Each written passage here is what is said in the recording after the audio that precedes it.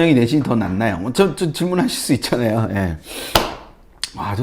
같은 대학에 면접이 있는 전형이 있고 면접 없는 전형이 있는데, 그럼 면접 있는 전형과 없는 전형이 이렇게 있으면 면접 있는 전형이 내신이 더 낫나? 왜냐면 면접으로 뭔가 해결하니까 뭐 이렇게 생각하실 수 있잖아요. 얼마든지 그렇게 생각하실 수 있죠. 그리고 아까 좀 전에 봤던, 제가 예를 들었던 면접 있는 전형들은 다 몇 배수가 있었고, 그 몇 배수를 갖고 이렇게 가면 저 이제 그러지 않을까? 뭐 이렇게 생각해 볼 수 있지 않을까? 뭐 이렇게 이런 걸 제가 만약에 마치면, 그러니까 이런 질문, 이런 게 궁금하시죠? 이렇게 하면 저에 대한 신뢰감이 더 높아지지 않을까요? 하여간 이것에 대해서 답을 드리자면 이론적으로는 맞습니다. 이론적으로는 맞는 게 기본적으로 그냥 일괄로 딱 뽑는 것보다는 3배수로 이렇게 뽑으면 10명 뽑을 때 30명이 일단 합격을 하는 거지 않습니까? 그럼 그 30명이 합격을 했을 때 그 30명의 내신의 폭하고 10명이 합격을 했을 때 10명의 내신의 폭하고 비교해보면 당연히 30명의 내신의 폭이 더 넓을 수밖에 없죠. 그러니까 그런 상황들이 되기 때문에 이론적으로는 이게 맞아요. 그래서 실제로 보면은 2022학년도 결과를 보면은 국민대 법학부 같은 경우에 보면 국민대도 2개 갖고 있거든요.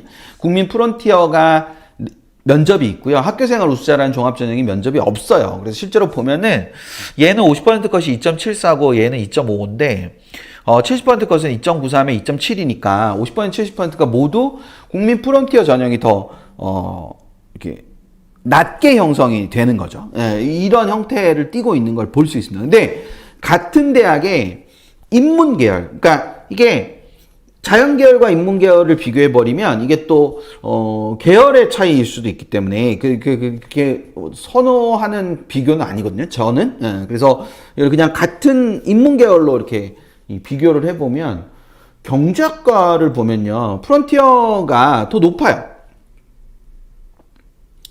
그러니까 이거를 단언할 수가 없다는 거죠. 그러니까 이론적으로는 면접이 있는 전형의 내신이 더 낮은 게 맞으나, 그것을 단언하기는 좀 어렵다. 단언하기 어려우니까 우리가 나중에 수시 원서 쓸 때 말씀드리겠지만 뭐 2년치나 3년치의 결과를 이렇게 종합적으로 검토를 해보는 이유가 어떤 특정한 한 해에만 경제학과는 프론티어보다 학교생활 우수자가 내신이 더 낮았는지, 그리고 그게 아니면 해마다 반복되는 경향인지 뭐 이런 걸 보는 거죠. 그렇게 하면 아무래도 좀 더 올해를 예측할 수는 없지만 지원을 할 때 좀 찝찝함이 덜하다. 그러니까 좋죠. 붙는 지원을 하면 좋죠. 합격하는 지원을 하면 좋지만 궁극적으로는 이렇게 덜 찝찝한 지원을 하는 거예요. 사실은. 그래서 그런 측면에서 봤을 때 저런 거를 2년치, 3년치를 보다 보면 저런 경향성을 좀 볼 수 있다라는 거. 그래서 이게 이렇게 저런 걸 자꾸 보다 보면요. 이제 단정을 못 하는 거예요. 그래서 단정적인 질문에 제가 거의 답을 못 하는 거를 느끼실 수 있으실 거예요. 그러니까 제가 밴드나 이런 곳에 그러니까 단정적인 답을 원하는 질문에 거의 제가 답을 못 달거든요. 어쩌다가 달아도 되게 막 원론적인 얘기하고 막 이렇게 얘기를 하는 게 이렇게 절대적으로 저게 항상 성립한다라고 말하기가 어려운 거예요. 그래서 질문을 하실 때 굉장히 세분화된 정보가 필요할 수도 있어요. 그러니까 이게 그러면 국민대는 프론티어랑 학교생활 우수자 중에서 어디가 더 내신이 높은가요? 라고 물었을 때 그게 만약 경제학과나 법학부 중에 하나하고 그리고 저게 계속 저런 경향을 갖고 있다고 한다면 어느 학과냐에 따라서 답이 달라질 수밖에 없잖아요. 그럼 제가 뭐라고 달 수밖에 없냐면 학과에 따라 다릅니다. 네가 답하는 게 그렇지 뭐 이게 결국엔 마찬가지네 뭐 이렇게 반응하실 수 있단 말이죠. 그 반응을 뭐 타박하거나 그런 게 아니라 그게 그렇게 할 수밖에 없는 요소가 존재하는 거다라는 거, 이제 그걸 같이 생각을 해두시면 좋지 않을까 싶습니다. 비상님 아이 아직도 있어요?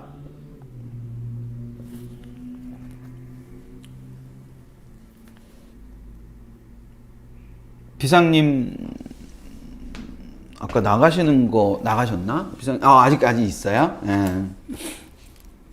이 마지막에 요 얘기는 꼭 잘 들었으면 좋겠어요. 우리 친구. 마지막 얘기. 내가 이제 할 얘기. 이렇게 제목도 하고 싶은 얘기예요. 실제로, 제가 이렇게 길게 지금, 오늘 45분 예상했는데, 45분을 넘어서 지금 뭐 이렇게 굉장히 많이 했네요. 근데 요게 진짜 하고 싶은 얘기인데, 이런 소설이 있습니다. 아시죠? 올더스 헉슬리의 멋진 신세계라는 소설이 있습니다. 올더스 헉슬리의 멋진 신세계라는 소설은 여러 가지를 많이 생각할 수 있게 하는 소설입니다.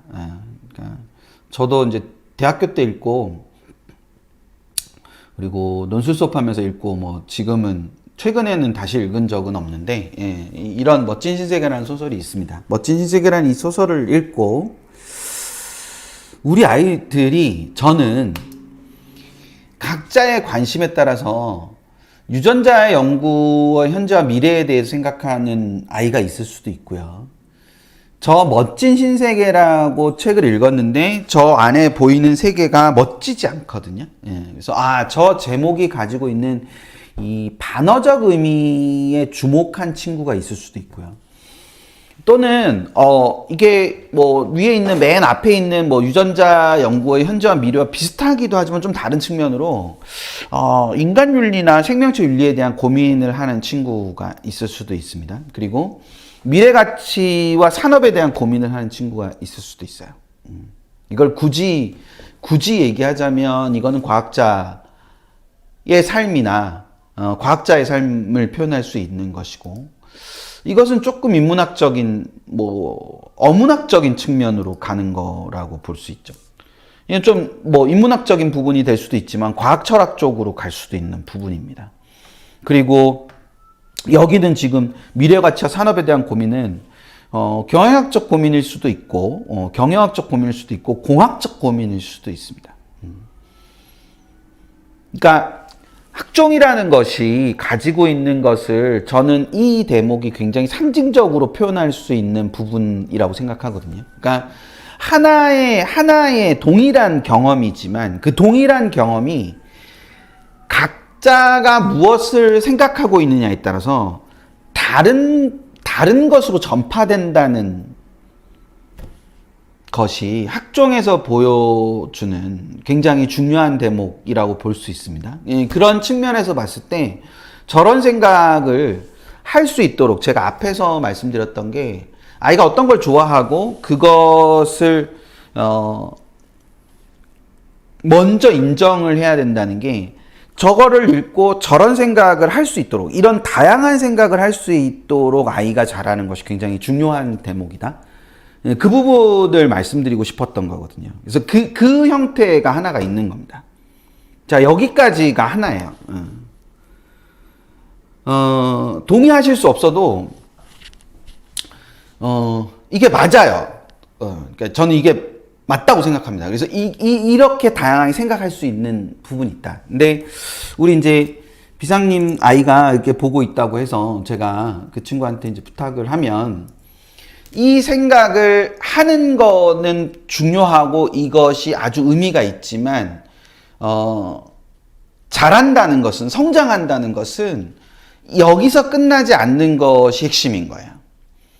여기서 끝나지 않고 그 다음 그래서 유전자 연구와 미래에 대해 생각을 해본 걸로 끝나지 않고 그래서 창체 동아리에 무엇인가에 들어간다거나 아니면 관련 서적을 검색해 본다거나 혹은 생명과학 선생님을 만나가지고 지금 선생님 이때까지 이 부분은 어떠했죠? 근데 이거는 이 책에서 보면 이런데 이거는 현실성이 있나요? 또는 이것이 현실성이 있는지 없는지를 알려면 어떤 것들을 더 해야 되나요?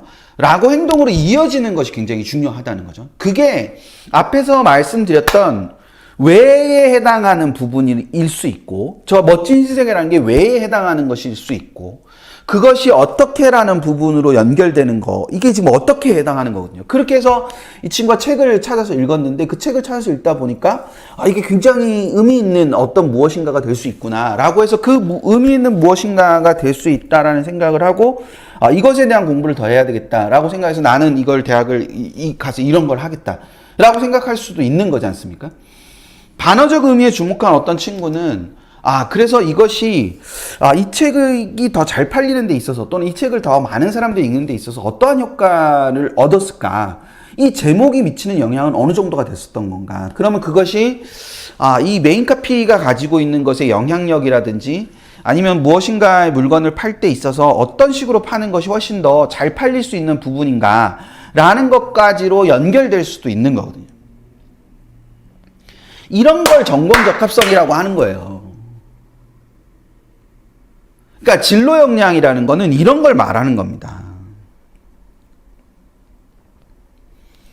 그러니까 단순히 여기서 끝나는 것이 아니라 그 다음 단계로 넘어가는 부분이, 그러니까 그게 고민의 결과인 거거든요. 그리고 그 결과가 다시 원인이 되고 그 원인으로 다른 고민을 갖게 되고 그러면서 깊이가 생기고 확장성이 생기는 겁니다. 그러니까 이게 하나의 궤로 가는 거라는 거죠. 하나의 궤로. 이런 아이들이 학교 생활을 잘 하는 거고 그 학교 생활을 잘 하는 아이의 학생부가 그래 보이는 거고. 그러니까 이 과정을 생각을 굉장히 잘 하셨으면 좋겠어요. 그러니까 하나의 경험이지만 그 하나의 경험이 아이들에 따라서 굉장히 다양하게 증폭될 수 있다는 거. 그리고 그 다양하게 증폭된 것을 가지고 아이들을 판단하고 그 아이들의 그림을 그리고 그 그려진 아이를 상상하면서 아이를 뽑고 선발하고 면접을 보고 하는 게 학종이라는 거를 생각을 많이 하셨으면 좋겠습니다. 우리 부모 세대는 대체로 그런 상상을 통해서 그러니까 상상을 통해서 그려진 아이의 모습을 갖고 대학을 갔던 것이 아니라 결과를 갖고 대학을 갔거든요. 근데 지금의 대학은 그걸 상상하면서 아이를 뽑거든요. 평가를 하고 선발을 하는 겁니다. 그러니까 그 차이가 제가 모든 입시가 그렇다는 게 아니라 학종이라는 것이 바로 그런 것을 말하는 거고 그래서 굉장히 많은 사람들이 학종을 포기할 수가 없는 겁니다. 여러 가지 부작용이 있지만 많은 교육학자들이 학종을 포기할 수 없는 이유가 바로 그것 때문인 거니까 이제 그 부분을 좀 많이 생각을 해두시면 좋겠다. 뭐 이런 생각이 듭니다.